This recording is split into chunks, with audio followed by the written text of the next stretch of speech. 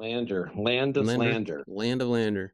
Now, where Land is of this in Lander. this? Where is this in the state itself? Is it Lander is right outside of Wind River.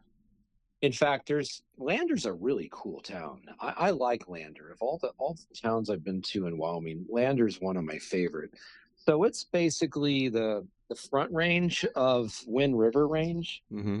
I mean, it really sits on its own. I mean, there's only 500,000 people that are in the entire state of Wyoming. It's not a very populated It's amazing place. how powerful it is as a political force. It is. It is. And actually, from what I can tell, it looks like it's pretty well put together as a state. Mm-hmm. I mean, it's clean. Mm-hmm. It's clean, and there's a lot of facilities, like nice facilities. Like Lander has this amazing aquatic center. I mean, it's like something we don't even have in our hometown. And nothing of any scale or quality. And Lander is only a town that has a couple of thousand people. But it goes back to like what you said, these states are more geared for travel. There's people with second homes. There's more money up there. Right. These people are also better educated. That's one thing you notice when you get away from the South. When you go up north, no matter what people say, people are better educated. They just are. Anyway, so when I was in Lander, I went to this place called Wild Iris, and it's an outdoor store. I always go there because I like buying crap and stuff and gear. Just spending more money for nothing. More money. Why not? I'll just go buy another $50 cap. I mean, I've got can you believe the price of caps? That's crazy. And they were like $30-$40. I'm like, for a freaking ball cap. So anyway, I bought a ball cap. All right. And I bought a mosquito net because my intention was to go do some backpacking. I was going to go back in there and go to some of the alpine lakes, because Wyoming's done a great job stocking golden trout. In fact, you can go onto their fish and wildlife, fisheries website, the Wyoming Department of Fish and Wildlife. Mm-hmm. They actually show you and tell you, what they do. They're pretty transparent. That's awesome. And I was thinking, that's awesome. It is awesome. Actually, that's another thing about the mountain states that really is different than Texas. I mean, so for those people who are interested in the outdoors, whether it's hunting or fishing, you go to the Parks and Wildlife Fisheries website. If you're into fishing like I am and you are, they tell you the spots to go to. It's all public information. I mean, all this stuff is public between Google and Hunt on X.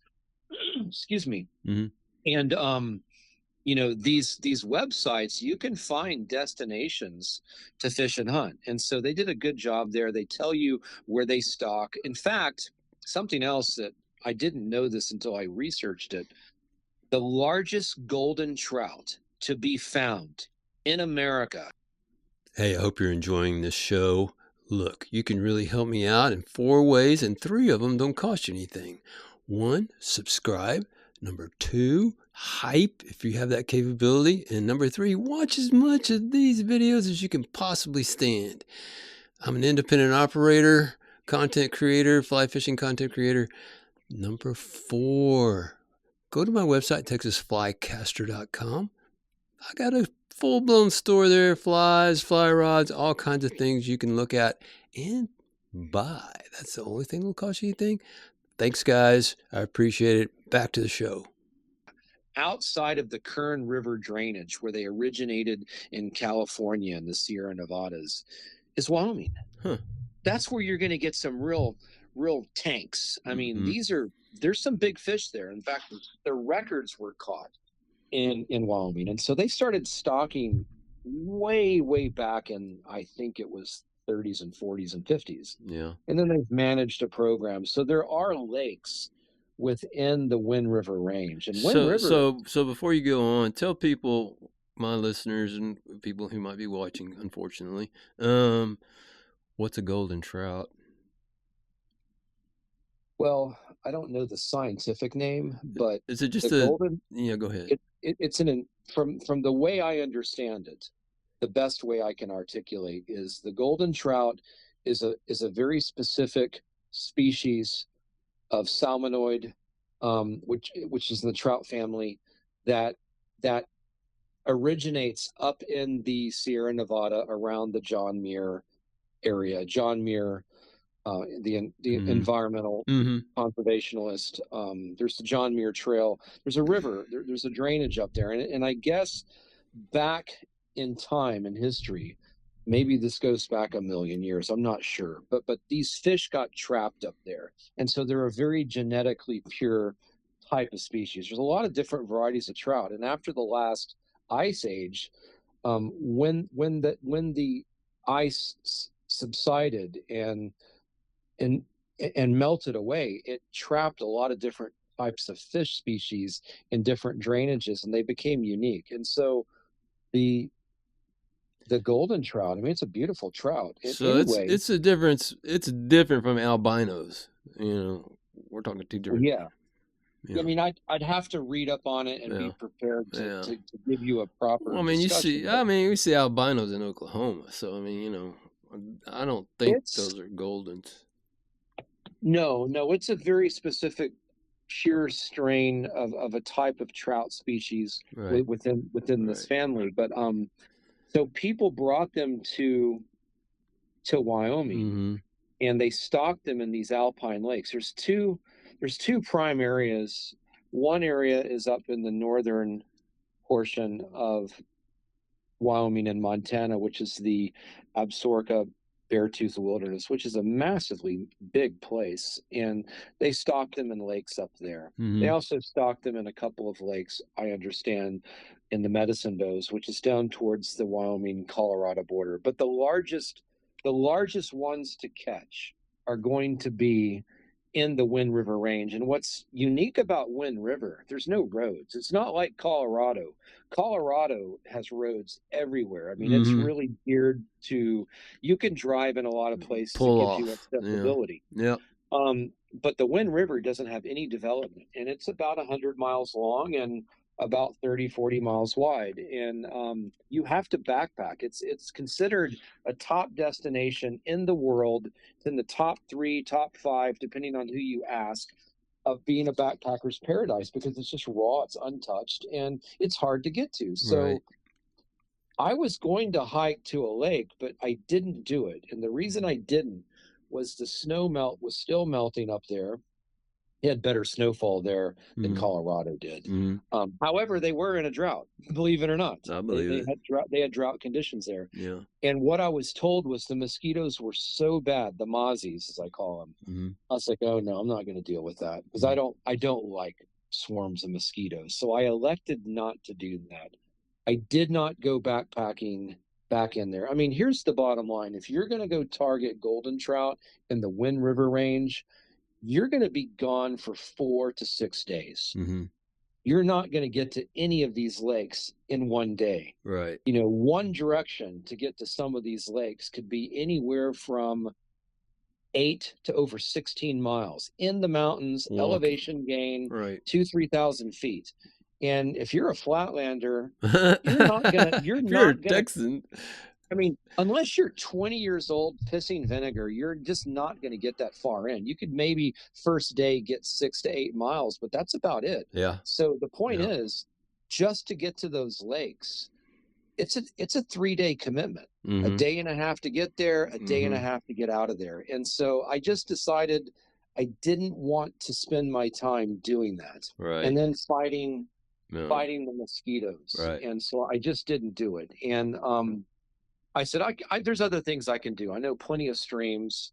I fished, I'm not going to say this right. It looks like it's called Aggie Poge or Poge Aggie, but I think it's called Poge Aggie or something like that. It's a weird Native American name that I really don't pronounce correctly, and I apologize. But there's the middle fork of it, and there's an area called Sinks Canyon. So I went there. I went upstream. This is outside of Lander, and I fished that area, and I did well. I caught nothing of any substantial size, but I caught fish. I was happy. The mosquitoes were horrible, though. I mean, the mozzies were out. They were just everywhere, and so that it was because of the time of year, mid-July. it's further north, so there's more snow on the mountains up there compared to Colorado. Mhm. And after a couple of hours of swatting mozzies, you're just like, okay, I'm out of here. Yeah. And so I left. I left from there, and my goal, my main reason, so if you were to say, well, why did you go to Wyoming? Well, it was to go to DuBois. And why would I go to DuBois? Because one of my favorite creeks is there. And one thing I learned when I was there was, man, the word is out. And so social media is So you're contributing to it today, but I'm contributing to. I'm totally yeah, spot burning, but I'm not intentionally trying to no, I know what you're harm these doing. places. I mean, No, no, no, no. It's done. all I can say It's is people done. need to be mindful of the environment, Right. and there's really no secrets out there anymore. So Nope. anyone that thinks that, oh, this is Yeah, sacred, secret. it's Yeah. not. Wait till you show up All I next can time. say Yeah. is this: anyone who's going to venture into any of these areas, remember, these are sensitive areas. Yeah. Every person there, including me, is making an environmental impact. Just And by so being there. Yep. just by being there, just by walking. Yep. And I'm not I appreciate nature. I'm a nature Right. lover. Right.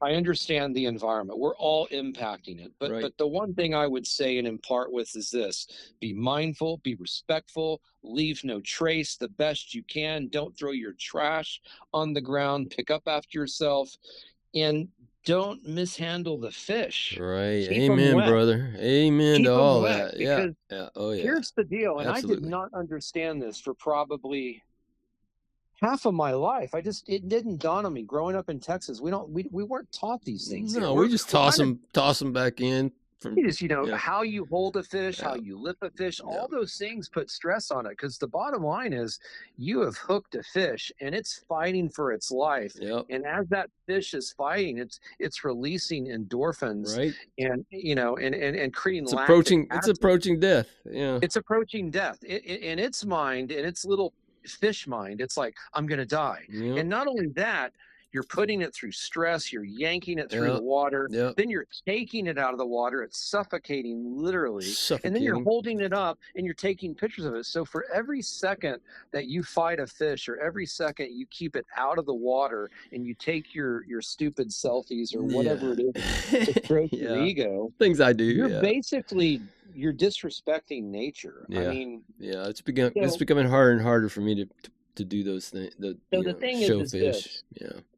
I always say this: protect and preserve, release and remember, Yeah. and keep your fish wet, and just be mindful, because if we don't do our part in conservation and good stewardship on the land, the fisheries are going to go down in our lifetime. Our They children already are are. not going to have. Yeah. No. They already are. Yeah. To your point, I mean, Yeah. and you can attest for this as Yeah. being a seasoned, experienced angler. The fish are not anywhere to the quality and size as they were 30 years ago, pre-internet. No.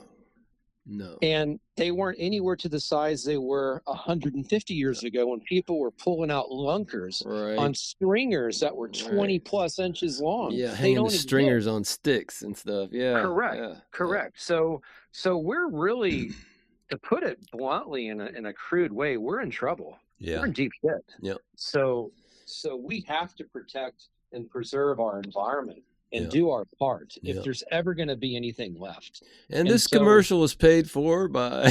That's right. But it's all The true. farm. We got to interject that. We've got to include that. So because, that's something that more people need to Yeah. place, no, attention towards. for So sure. I went to DuBois for this main reason, and I went off on a bit of a tangent, but so what was that reason? It's called the Wiggins Fork. Okay, the point is, it's blown up, meaning that all these influencers have run that place to the sense of their own freaking egos of like and subscribe, Mhm. because they're in some fantasy world thinking they're going to make it big and be some giant next Right. angler. I don't know what Yeah, they're thinking. Superstar. It's not the way you and I think. Yeah. We're purists. And Yeah. so I get there, and you're not going to believe this. I drive up this janky road for 2 hours. It's hard to get to. And by the way, that's a great area. It's a great fishery, and it's still a great fishery, and it has beautiful fish, and there's a lot to go around for everybody to experience. I'm just taking a break in editing to ask you to do one of 4 things for me, and 3 of them are free. Number 1, subscribe. Number 2, hype if you have that ability, hype these videos. Number 3, watch as much as you can possibly stand of these videos, because that helps a lot. The 4th one, go to www.texasflycaster.com. I've got a full-blown fly fishing store there, fly rods, all kinds of stuff, and flies, you name it. Go to texasflycaster.com. Check it out. Back to the show. But when I got there, there was horse trailer after horse trailer after horse trailer. There were probably, man, I didn't count the quantity, but there were at least 10. And then well, I know it's horse country. What's the point of the horse trailers in a wild area? Well, there's outfitters, and this is so they ride in. Yeah, they ride in. They go back into their camps. You know, they do like 3 day, 4 day, 5 days. They were there. I wasn't too worried about the horse trailers, but what it was one Sprinter van after another. I swear to God, there must have been. Yeah, there must have been. The Sprinters were there. Yeah, I saw that in South Padre Island. And I'm like, yeah. I'm thinking, no. What is this? What is this nonsense? That is all over the freaking country, man. Those people were left over from the pandemic, and it's crazy. Yeah. So there was like there were a bunch of Sprinter vans, and so there were probably 40 cars up there, and I thought, this is crazy. What is going on? I was pretty ticked off. Yeah. And I turned around and left. That's frustrating. I didn't even fish it. Yeah. And I went back to a local fly shop. I don't remember the name of it. And I asked one of the guys there, I said, hey, man, I'm from out of town. I'm sure you get these questions all the time. I was like, what's up with Wiggins? And he's like, oh, man, there's a couple of social influencers a few years ago. They blew it up. It's the word's out. I'm like, wow, that's amazing. And so there's a mountain. I don't remember the name of the mountain. I'd have to look at it. But there's two drainages that come off that mountain.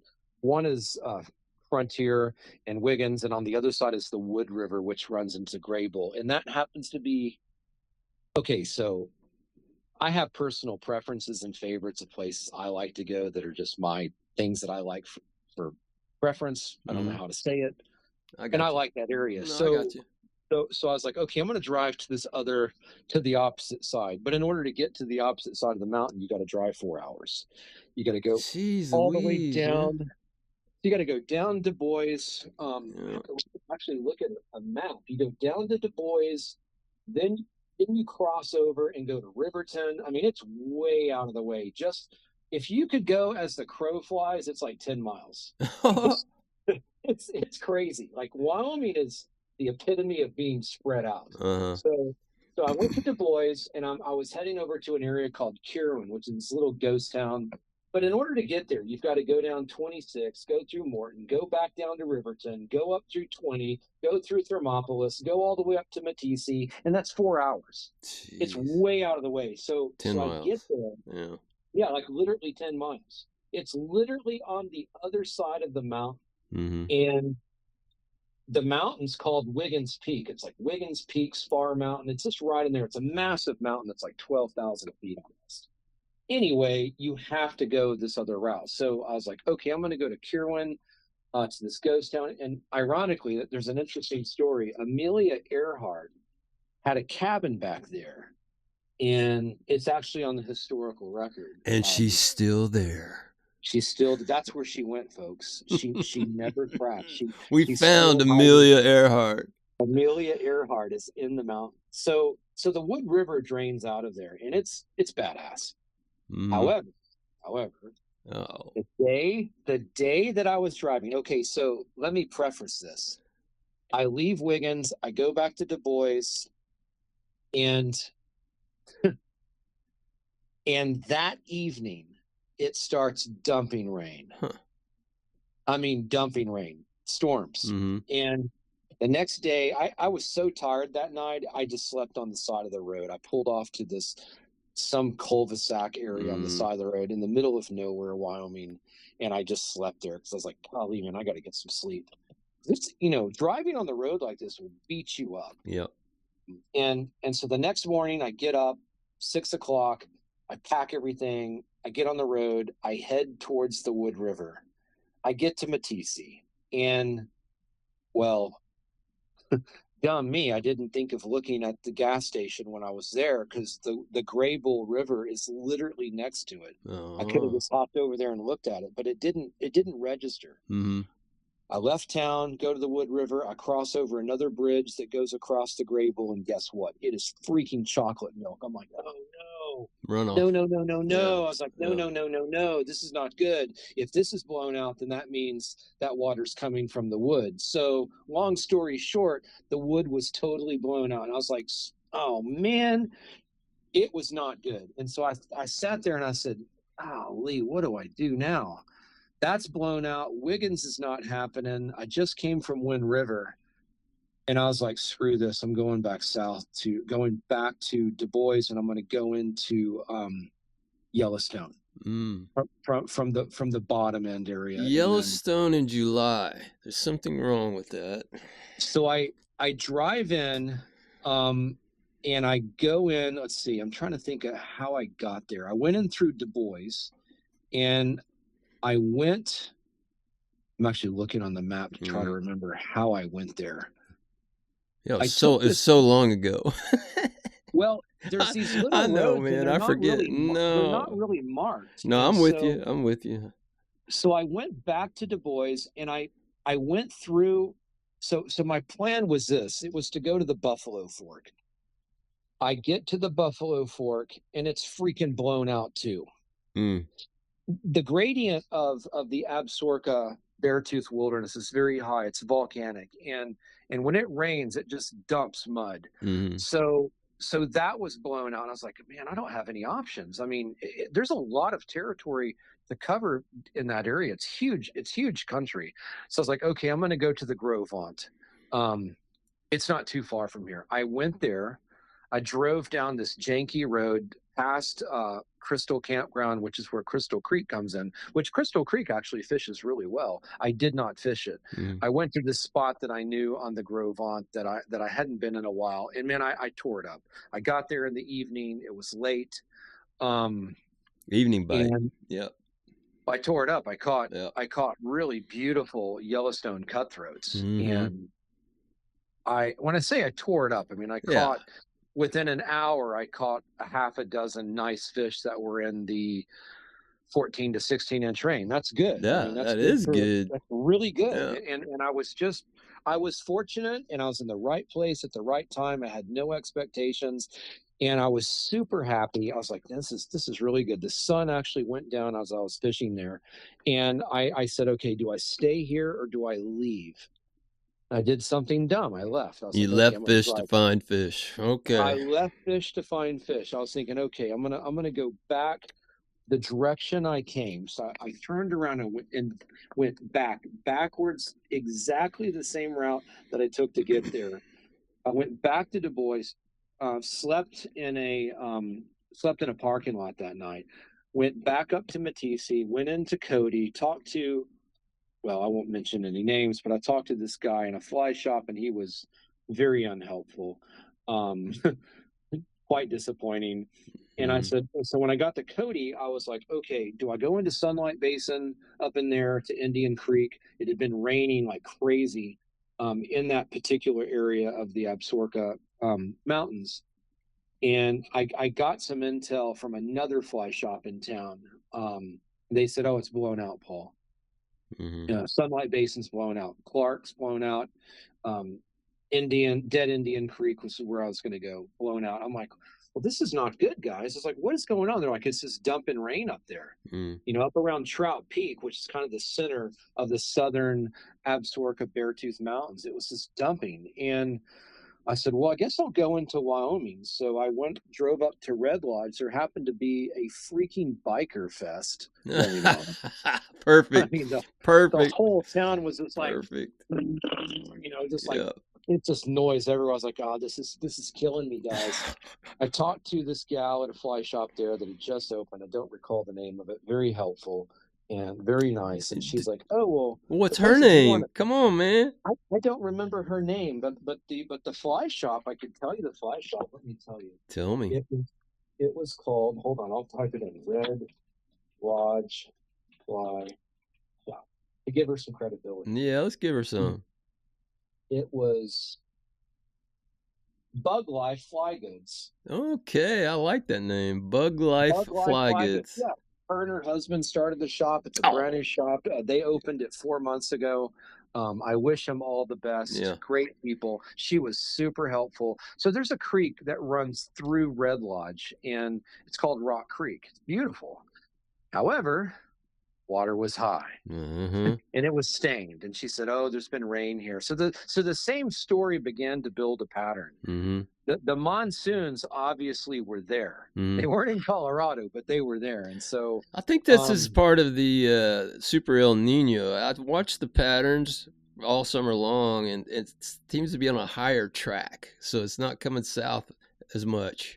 it is. It, And it just was on a higher track. and so, Ironically, no fires were burning up in Wyoming. However, over in the Pacific Northwest, they were yeah, and massively they on, still are going on. massively Yep, on fire. yep, Now right now. that's where the really bad wildfires are. Mm-hmm. Colorado was bad, but the Pacific Northwest, Washington State, And Oregon, flames, yeah, in flames, burning up. yep, Um, However, in Wyoming, I didn't see smoke. The smoke wasn't based on the air currents. It was pretty right, clear there. right. So in Red Lodge, I was like, okay, I'm out of here. I went to another place that I know that I really like, and it's called East Rosebud. It's a beautiful stream, and you gotta drive through Roscoe and then Absaroka. It's kind of hard to get there, but it's not that far away. It's like 45 minutes to an hour away, depending on how you drive and conditions. Mm-hmm. And so I said to the gal at the Bugs Life fly shop, I said, "Well, I'm going to go to East Rosebud. That's probably my best bet." So I get there, and I go to East Rosebud Lake. It's beautiful. Everything looks nice, but the problem is the water's stained. Mm-hmm.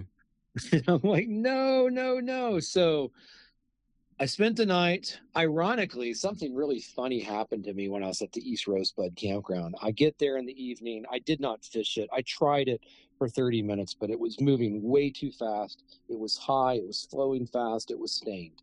It just wasn't really fishable. And so I'm sitting there at this point. I'm frustrated. I'm like, man, this trip sucks. Okay, okay, people, you can tune out now. this is Jeez, man. this is not going the way Yeah, I this is planned. not the plan. I was like, I've got to figure out. I gotta reorientate my thinking here. It's like, what are you doing, Paul? And so I'm sitting there on the truck. I have the tailgate down. My back's looking into the cab. I have this little shell camper. Hmm. This little teenage black bear's just walking along the trail, literally right behind me. He doesn't even notice me. I didn't notice him. I just turned around and saw him. I was like, "What are you doing?" And I literally just said, "What are you doing?" He just looks at me like, "Oh my God, a human." And he literally runs straight up the tree right next to him. I'm like, "What are you doing, man?" I was like, "What are you thinking? Don't walk up on me like that." And he was just walking down the little trail, just minding his own business. Yeah, you're on He you're was on definitely, his turf. and he just looking at me like he was petrified. I'm Hmm. like, "Yeah, man, this is the way you get killed, brother." And I backed off and said, "You better get down and get out of here." And he slid back down the tree and he took off running like he saw a ghost. It was unbelievably funny. He scared And him. that scared the crap out of him. I wasn't actually scared at all when I saw him. Yeah. I just looked at him and I was just surprised, like, "What are you doing?" Because I was in this state of mind of reflecting on the trip, and I was frustrated. I'm Yeah. like, and then here comes this bear. So it was a Yeah. nice interaction. Yeah. So the next morning, I get up, I go to the Stillwater, looked fantastic. Stillwater is a great river, but it didn't fish. Mm. It just didn't fish. And so what happened a few years ago, about 4 years ago, there was a massive flood that happened in that area. The Absaroka flooded Yellowstone, washed out roads, it washed out the East Rosebud, the Stillwater. It destroyed and changed everything. And when that happened, it changed the entire environment. I mean, it was a massive flood. Yeah, I remember that. So it's just never recovered to the same that it was. It will, but point is, East Rosebud struck out. Hmm. Stillwater struck out. I'm like, well, this really leaves me only one option: go to the Boulder, or go to the Gallatin, which is going to be a meat market there where For people are just sure. fishing. Yeah. I said, I'm not going to do that. I could go to the Madison, same thing. It's Yep. beautiful, but it's just going to be people everywhere. Yep. I was like, man, I'm running out of options. Either go towards Bozeman, go to the Jefferson, go to Big Hole. I mean, I was like, what am I freaking going to do? I'm like, now I'm like way out of the way. It's like, what do I do? I literally said, screw it. I'm going to go to the Boulder. I went to the Boulder. I camped that night, and I went to this spot that I really like. There were a lot of people there. I was just like, golly, this is not happening. Something has happened, something that I can tell you. I've seen this. I've observed it. I've experienced it. Since COVID, everything has changed. Mm-hmm. It's just changed. There's just more people everywhere. And so I did fish the Boulder. I did really well. I caught some nice fish. I actually met this couple, Michael and Kat. We ended up hanging out together for several days, and we actually fished together. We became fishing buddies. We were into the same types of things, like-minded. We camped together. We had some really good, deep conversations about life and everything, and it was nice. That was really serendipitous of the trip. It was a highlight because meeting other like-minded people that shared and understood these things. They were actually from Marfa, Texas, of all places. Oh my gosh, there's nobody in Marfa, man. That's like, yeah. So they golly. had an older van, and they were camping out of it, and it was just ironic. Here we were, and we both had the same goals in mind. We were there to do one thing: fly fish. Yeah. So we really hit it off, and we teamed up and traveled a little bit together. How old was this couple? Michael was he was in great shape. 59. Kat was 42, 41. Mm-hmm. Nice people, really smart, forward-thinking, progressive, like-minded people. I mean, they were dialed in like you and I. Yeah. Good people, Yeah. really good people. I mean, we hit it off. We became instant friends. That's cool. And it was cool. It was totally cool because it was random and I didn't expect it. And we both were complaining about the same things, like, what are all these freaking ATVs driving up and down the roads? They are ruining it. I mean, it's like this noise. You know how it is. Yeah. Like in Colorado, it's like there's one side-by-side train after another. It's like, and gosh. they're just everywhere. And we said that. We said, ever since COVID, man, you've got these ATVs running everywhere, running the roads, because those things really tear up the roads a lot more so than a Jeep or an SUV or a 4x4. Yeah, and it's like their goal to tear it up too. It's not like and we were laughing because we're sitting there. It's like, look at these guys.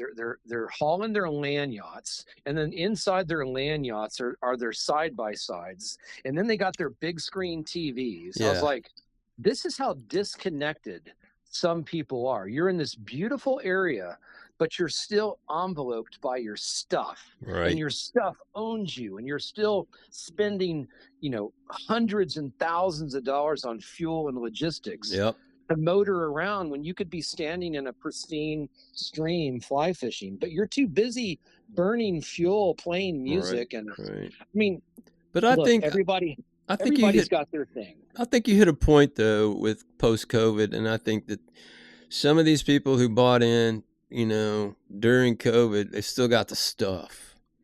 And so they feel like they got to use the stuff, or they are actually hooked on it. They're actually hooked on being out there in their own way. Yeah. Yeah. I will say this in defense and respect to those people and those lifestyle choices. It's not my thing.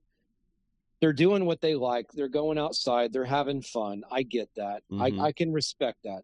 Anyone that likes outdoors understands that. Right. It's just not my cup of tea. Riding motorcycles and ATVs is not my cup of tea. I will say, though, it is fun. I have ridden it. I know. Totally no. We're not judging. We're not here to judge anybody. No, I'm not bashing. I'm not. No. I should, say I'm not bashing those people or even trying to stereotype. I'm trying to be funny because for me, I'm in a quiet spot. I'm there to get away from people, to be quiet. And there's just all these ATVs. And they have just the same rights to be there as I do. Yep. but it's just funny. And so Michael and Kat and I are sitting around, we're like, we got to get out of here, man. This is just crazy. And we're sitting there fishing, and all we hear all day long is all these Yeah. noises. I'm Yeah. like, okay, let's go somewhere else. So we fished there. We agreed to fish together and travel in a caravan setting, follow each other around. We ended up going. Michael actually had this idea. He goes, let's go to Yellowstone. I'm like, are you sure? He goes, listen, man. He goes, I know an entrance in Yellowstone on the eastern side. Not many people access the park. It'll be okay. He goes, there's a creek there I want to fish. I was like, have you ever fished? He goes, no. Can you believe Paul meets two people, a couple from Marfa, Texas, out there in the middle of nowhere with the same intent to catch fish? Man, life is strange, isn't it? You never know when you're going to find another Texan. There's just so many of them fly fishing out there. Wasn't this a spectacular episode? I mean, the maps on there, if you stop and look and freeze frame those, the water, the valleys, the mountains, it looks beautiful. But now they're going to throw out the trump card and give their shot at getting into and out of Yellowstone. Please like and subscribe. Let me know what you think of this. If you've got any opinions, man, this one was loaded with different locations, but I'm sure we missed something along the way. There's just so much water there.